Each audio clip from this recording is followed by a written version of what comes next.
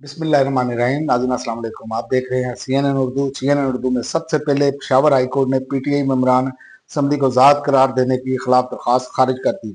साबिक वज़ीर आला खैबर पख्तूनख्वा अली मीन गंडापुर की दरख्वास्त पर इलेक्शन रूल 94 को चैलेंज किया गया था, लेकिन पेशावर हाई कोर्ट ने दरख्वास्त खारिज कर दी और सुलगते तनाज़ात आलमी अमन के लिए खतरा है। पाक भारत जंग खतरनाक साबित हो सकती थी। इसहाक डार, आलमी माशी मंजरनामा तब्दील हो रहा है। जनूबी एशिया में मौसमियाती तब्दीलियां और गजाई किल्लत के चैलेंज संगीन होते जा रहे हैं। वज़ीर खारजा और अदालत ने इंजीनियर मोहम्मद अली मिर्जा की जमानत मंजूर कर ली। अदालत की जानिब से इंजीनियर मोहम्मद अली मिर्जा को 5-5 लाख रुपए के 2 जमानती मचलके जमा कराने का हुक्म दे दिया। और फैसल बार्डर ने कहा, ना वजीर अला बचेगा ना 9 मई वाले, बदमाशी पर डबल जवाब मिलेगा, मुलाकात भी बंद हो जाएगी। और समाजी राब्ते की साइड एक्स पर अपने पैगाम में सेनेटर फैसल वाडा ने लिखा कि ऐसी की तैसी ज़हनी मरीज अंधे और बहरे सुन लें कि आइन और कानून के मुताबिक फैमिली को मुलाकात और हाल अहवाल लेने की इजाजत है।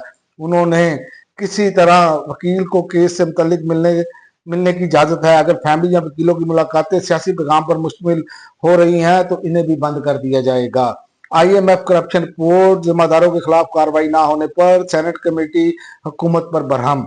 सेनेट की खजाना कमेटी ने पाकिस्तान में करप्शन और गवर्नेंस से मुतल्लिक IMF की रिपोर्ट पर शदीद तशवीश का इजहार करते हुए मुतलका अदारों पर सख्त सवालात की बुछाड़ कर दी और इजहार बरहमी करते हुए पूछा कि करप्ट अदारों के खिलाफ क्या कार्रवाई हुई है और इसके अलावा इसराइली फौज फलस्तीनी इलाकों से निकल जाए। अक़वाम मुत्तहिदा की जनरल असम्बली में करारदाद भारी अक्सरियत से मंजूर। पाकिस्तान फलस्तीनी अवाम की जदोजहद आज़ादी और खुद मुख्तारी, अमन और इंसाफ के मुतालबे की मुकम्मल हमायत करता है पाकिस्तानी मंदूब।